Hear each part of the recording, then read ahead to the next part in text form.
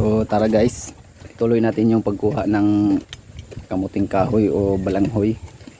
May lulutuin daw silang merienda gamit ito. So ito may nakuha na ako kanina. Ayan. So ituloy natin yung pagkuha. May nakuha na tayong isa. Ayan. Aray, daming langgam. Ito. Meron pa. Itong balanghoy na to guys ay ano lang ito. Bali binakod lang namin ito at nagkalaman. Yun nga lang pagka hindi mo talaga itatanim, yung parang bakod lang, matagal siyang magkalaman. Kailangan maging magulang muna tong niya. So ito kunin na natin tong laman muna, hindi natin bubunutin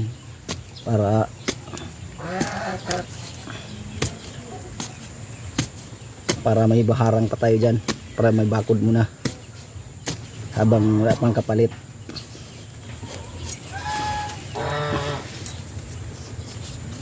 Yan. Ay, ito medyo maliit pero pwede na.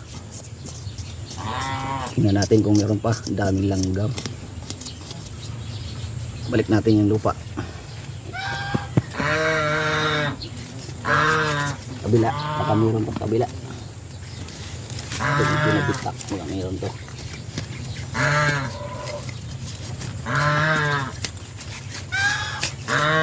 Ay wala. Wala na to. Ito mukhang meron po. Ay hindi.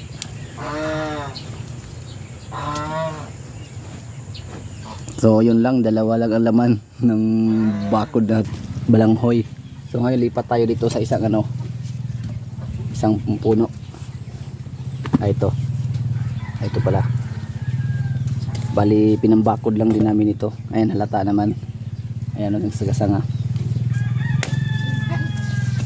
Tingnan natin to. Mukhang meron guys oh. Ang malaki-laki yata to ah.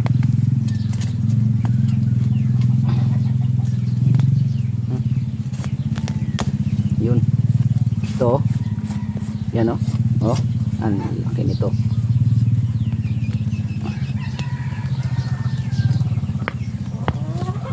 Wala, sayang maliit.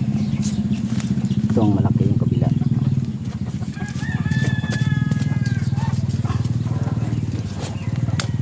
Ito.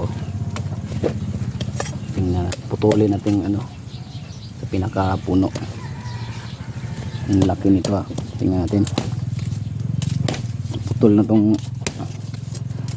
mukhang mamamatay na yata tong bakod na to. Ayun.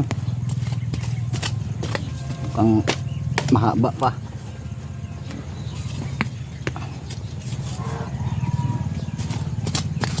Saktong-sakto talaga to sa gagawin nilang, may lulutuin na silang kakanin. Iwan ko anong luto yun.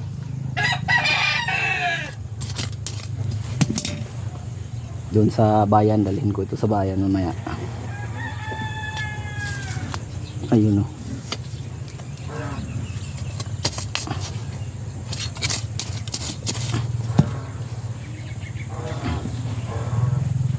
Ganito kalambot ang buhangin dito guys. Ay buhangin, lupa. Kasi mabuhangin.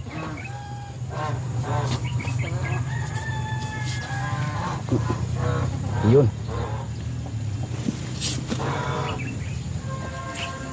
Mapuputol pag pinilit.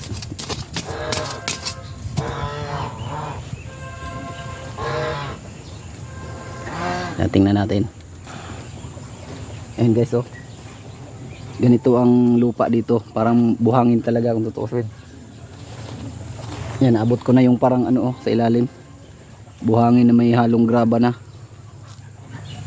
Kasi dati daw pong ito ilog yung lugar na ito. Parang patay na ilog daw. Ganun. Mahaba ito, kaso pa ilalim. Yung mababali nga yata. Mahaba pa oh. Lalim nga lang yung patusok.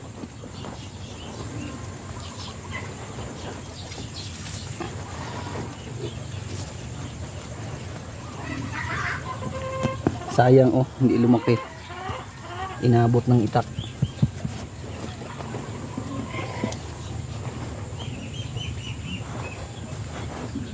Ang laki nito guys.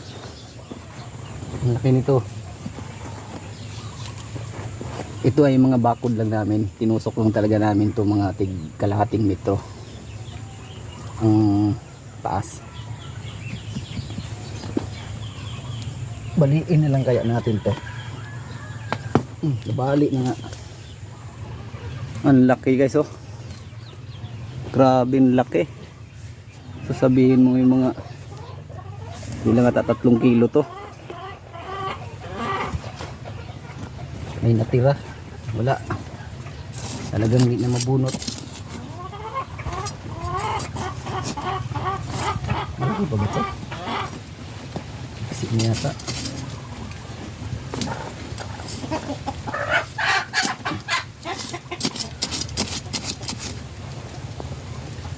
Kasi na. Grabe buhangin oh. Pwedeng gamitin yata ito sa ano eh. Pag simento.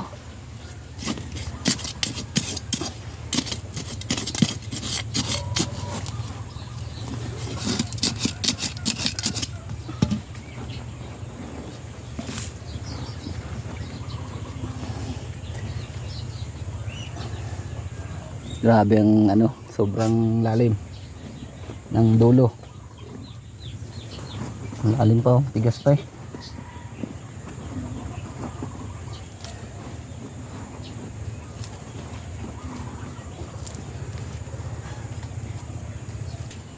Grabe na putol. Meron pa pero hindi na siguro ganun ka ano, kalaki. May andun pa yung dulo. So okay na to. Ito yung lulutuin nilang kakanin, solve na yun ito. Ito pa lang. Plus may dalawa pang maliit. Balik mo natin yung lupa. Saka natin maghanap ulit pag kailangan na naman.